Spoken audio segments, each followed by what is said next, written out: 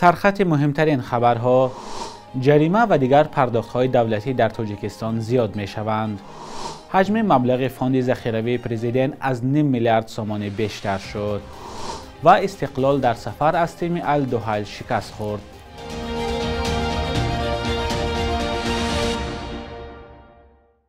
درود بینندگان عزیز، برنامه نویدی بامدادی است که با آخرین خبرهای تاجیکستان و جهان تقدیم شما می شود. امروز 28 نوامبر است.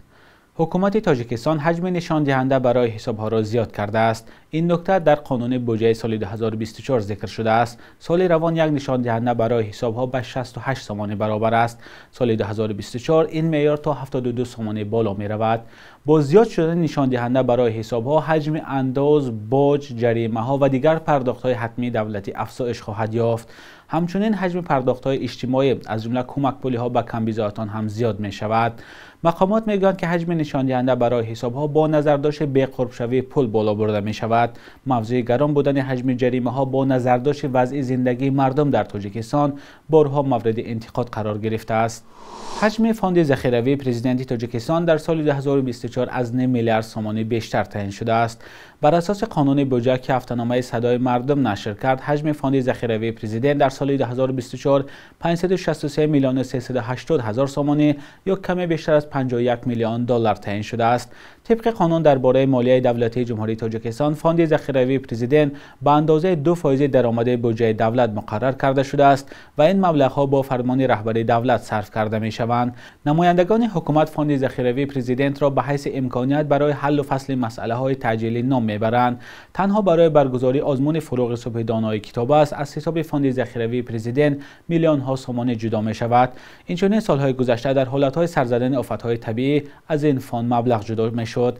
اما درباره خراجات های مبلغ های فاند ذخیروی پرزیدنت تاجیکستان رسما حسابات نشر نمی شود. به گفته کارشناسان مستقل، اکثرا این فاند به صفت پیشبری ایمیج رهبری دولت استفاده می شود.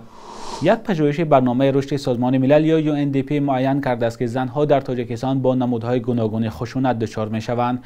در خلاصه این گزارش که 27 نوامبر در صفحه ایکس و یا سابق توییتر این سازمان نشر شد از جمله آمده است: بر پایه تحقیقاتی که سال 2019 در تاجیکستان برپا شد، معین گردید که 31% با خشونت اقتصادی، 21% با خشونت روانی، 20% با خشونت جسمانی و 6% زنان دیگر با خشونت جنسی روبرو می شوند. ولی آمار واقعی احتمال می تواند از این بیشتر باشد.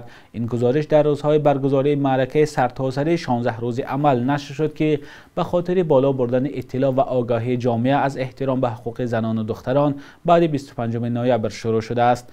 امسال سازمان ملل این معرکه را تحت شعار خشونت توجیه ندارد برگزار می‌کند. بعد منع شدن صادرات گاز از قزاقستان و بالا رفتن نرخ آن در تاجیکستان، مقامات در جستجوی راه‌های نوی وارد کردن این نوع سوزشواری شدند.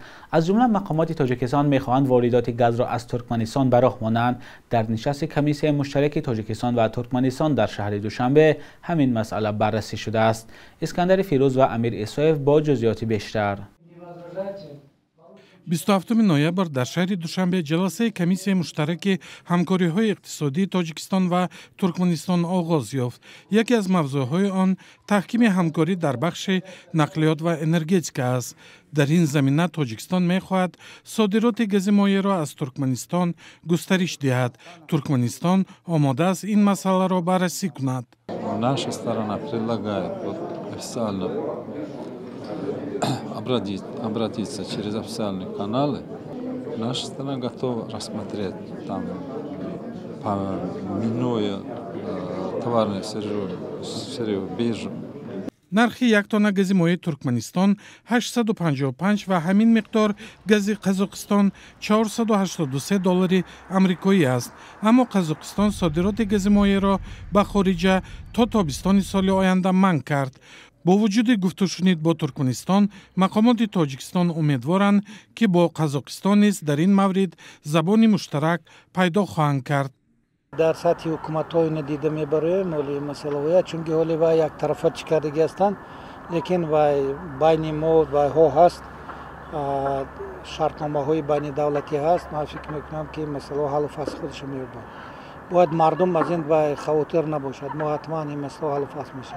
ما ترک و قزاقستان که به نهایت رابطه‌های خوبی و داریم. این مسئله در سطح دو راهبری دولت از اون جمله مسئله حل و فصل خودش می‌یابد. با گفته شریفه خدابخش معاون وزیر انرژتیکا و ذخیره‌های آب تاجیکستان، قطع صادرات گاز مایع از قزاقستان معنی کامل آن نیست. قطع شده است، لیکن за исключение یک چند کمپانی‌ها که ما بوایو договор داریم. یعنی که وارد کنندگان ما میتوانند از ما شرکت‌هایی که بوایو شرطنامه دارند به مالول خریداری کنند.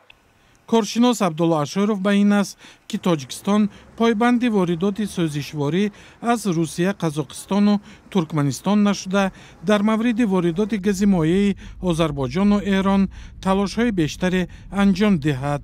البته تاجیکستان امکان دارد از روسیه و یا ترکمنستان گاز مایع وارد کند، ولی کشور را نمی‌سازد در این شرایط تنها وابسته روسیه باشد. در این شرایط چون که گاز روسیه هم نسبت گاز قزاقستانی هم گرانتر است و هم بنابر دور بودن مسافه بارکشانی از روسیه به تاجیکستان گران میافتد و البته نرخ گاز مایع گرانتر می شود که البته وقتی نرخ آن گرانتر شد جذابیتش را از دست می‌دهد، یعنی مثل پیشین خوش خرید نخواهد بود. تاجیکستان در یک سال به 400,000 تن گاز مایع نیاز دارد. کمبود آن سبب افزایش نرخ محصولات دیگر و بالاروی سطح تورم می شود. دسته استقلال تاجیکستان در بازی دوره پنجم مرحله گروهی لیگ قهرمانی کنفدراسیون فوتبال آسیا از تیم الدحیل قطر با حساب 2-0 شکست خورد. رقابت دو دسته شام 27 نوامبر در ورزشگاه عبدالله بن خلیفه شهر دوحه برگزار شد. هر دو گل دسته دحیل را فوتبالباز آلونگا در دقیقه 47 و 89 سبقت به هدف رساند.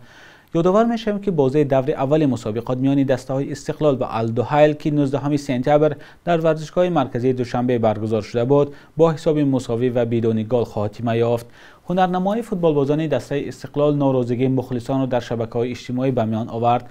مخلصان از آن ناراضی بودند که در بیشتر وقت بازی توپ در اختیار فوتبالبازان تیم قطری بود. بخش یک روز تاریخ را در تقدیم همکارم خیرامان بقازاده تماشا کنید که مهمترین تحولات تاریخی در روز 28 نوامبر را فرا می‌گیرد.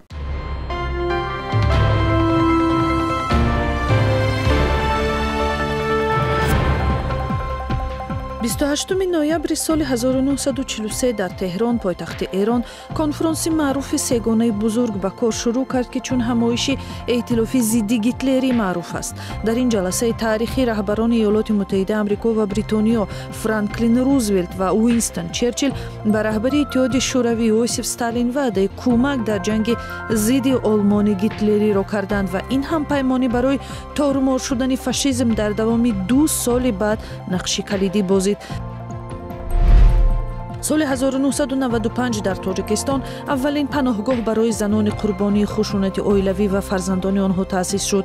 Маркази буҳронии Гулрухсор дар шаҳри Хуҷанд чун сарпаноҳ ва муассисаи муҳими ёрии равонию иҷтимоӣ ба кор шурӯъ кард ва баъди ин дар солҳои баъдӣ дар нуқоти дигари Тоҷикистон муассисаҳои мисли Корбони умед ва маркази Фемида дар Душанбе ва маркази буҳронии ғамхорӣ дар шаҳри Бохтар таъсис шуданд. бо афзоиши хушунати хонаводагӣ дар Тоҷикистон ба чунин марказҳо зарурат бештар эҳсос мешавад, вале камбуди маблағгузорӣ монеи он аст. 28 декабри соли 1909 донишманд Лутфулло Бузургзода таваллуд шудааст ки танҳо 33 сол умр дид, вале тавонист ба ҳайси муҳаққиқи адабиёт ва забони классикӣ дар ин ришта саҳми ҷиддӣ гузорад. муҳаққиқи осори рӯдакӣ, Носири Хусрав, Саъдӣ, Ҷомӣ ва дигарҳо буда дар таҳияи намунаҳои адабиёти тоҷики чопи соли 1940 фаъолона иштирок кардааст. як нақши муҳимаш ҷустуҷӯ, дарёфт ва дақиқ кардани зодгоҳу мазори устод рӯдакӣ мебошад.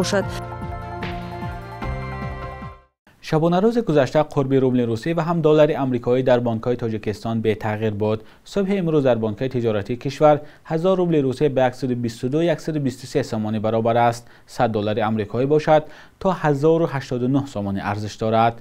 قرب رسمی بانک ملی تاجیکستان برای امروز چنین تعیین شده است.